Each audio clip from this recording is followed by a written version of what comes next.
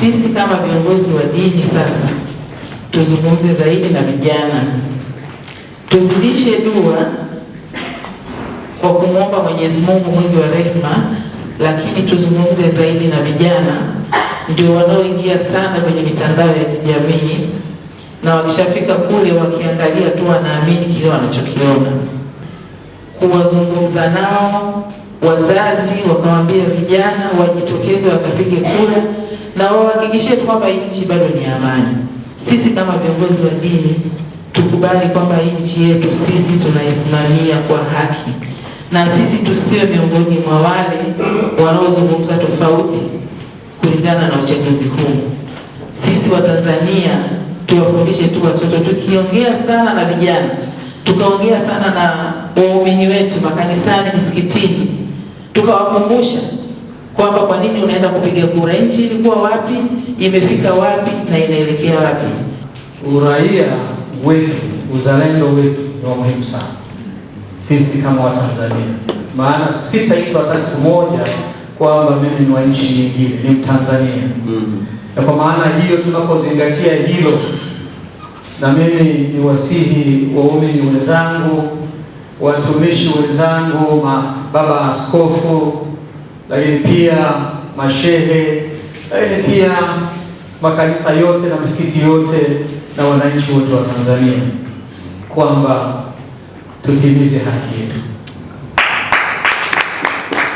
Haki yetu ni kura yako.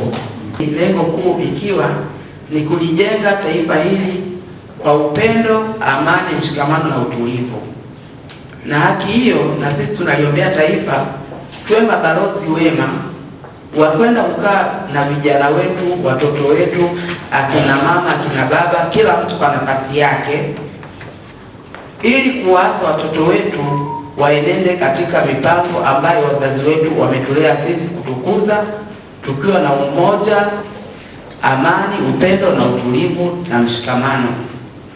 Tunaliombea pia taifa hili tuendelee kuwa na mawazo hayo hayo ili tuweze kulea taifa letu katika maadili mema. Mimi niombe wakuu wetu wa vyombo vya ulinzi na usalama kwenye nchi nzima, kama hili zoezi linafanyika, basi tuombe kwamba muwanyamazishe vijana wetu, watulinde tu usalama, ili tukapige kura na baada ya hapo turejee majumbani. Hakuna mtu ambaye anakwenda kupiga kura kwa maana ya kwenda kuvunja amani. Mimi kwa uwezo wangu na kwa jitihada zangu nitahamasisha watu walioko chini yangu.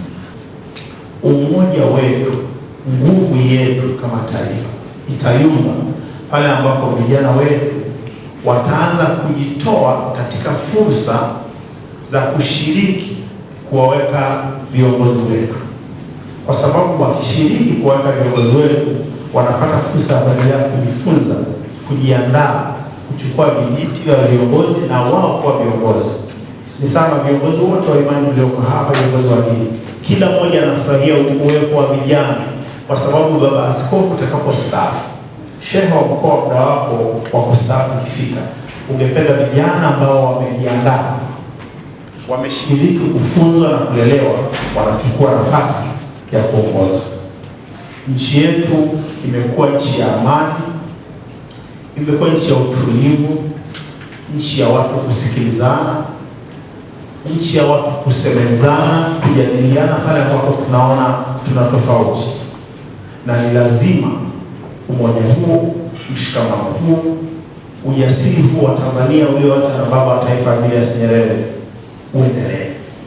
Lakini kama taifa ninaona umuhimu wa moja kwa moja sisi tuungane, tuwe kitu kimoja, tudai uwepo wa maendelezo wa amani yetu, mshikamano wetu na ile heri ambayo imekuwa ni heri ya taifa. Tunaingia kwenye uchaguzi mkuu. Moja, tuendelee kusisitiza, tuendelee kuhubiri, tuendelee kuwataka Watanzania wote kwanza waienzi amani na mshikamano wa taifa letu. Pili, hakuna uchaguzi kama watu wakwenda kupiga kura hawatatoka. na hii ni mila na desturi iliyojengwa katika Jamhuri ya Muungano wetu ya kutufanya tuwe imara, tuwe bora, tuwe taifa la kuangaliwa na mataifa mengine yote. Kulinusuru taifa ni lazima tuondoe viashiria vyote vinavyoleta mashaka juu ya mwendelezo wa ustawi wa taifa letu. Katika kujadili leo, tujadili ni namna gani kila kiongozi aliyoko hapa atachukua fursa moja kwa moja yeye mwenyewe kuwasisitiza hawa watu wote wa hapa Musoma, wa Mara na kanda ya Ziwa na Tanzania kwa ujumla wajitokeze kwa wingi kwenda kupiga kura. Ni jambo linaheshimisha nchi sana miongoni mwa mataifa. Vyombo vya ulinzi na usalama viko pale kwa ajili ya kuhakikisha usalama wa kila Mtanzania. Usalama wa kila Mtanzania. Kila anayetakia mema nchi yetu hii ni lazima awe salama.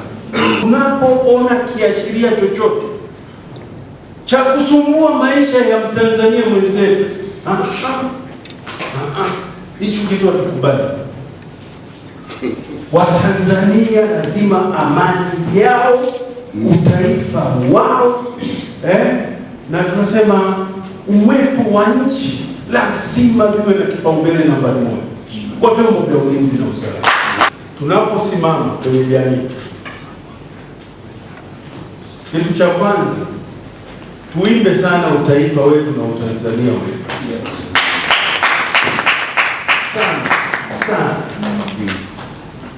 Tutoe sana elimu ya huo Tanzania wetu. Hilo la kwanza. La pili, tueleze misingi ya utanzania wetu inaanzia wapi. Cha kwanza ni katiba. Katiba yetu lazima iheshimiwe. Inapohitajika maboresho yanafanyika. Katiba inafanyiwa mabadiliko kulingana na kipindi. Mataifa yote yanafanya. Twendeni tukatimize haki yetu ya kikatiba. Haki yetu ya kikatiba. Mwezi huu twendeni, wajitokeze kwa wingi, wakapige kura, wachague rais nzuri atakayeendelea kuisaidia nchi yetu. Tuendelee kuwa na amani, utulivu, upendo na mshikamano. Toa kabisa kwa imani yako, kwani utakuwa unatenda jambo jema kwa hao unaowaelekeza na kwa taifa lako, na si vinginevyo. Hamasishe watu watoke kwa wingi, tupige kura.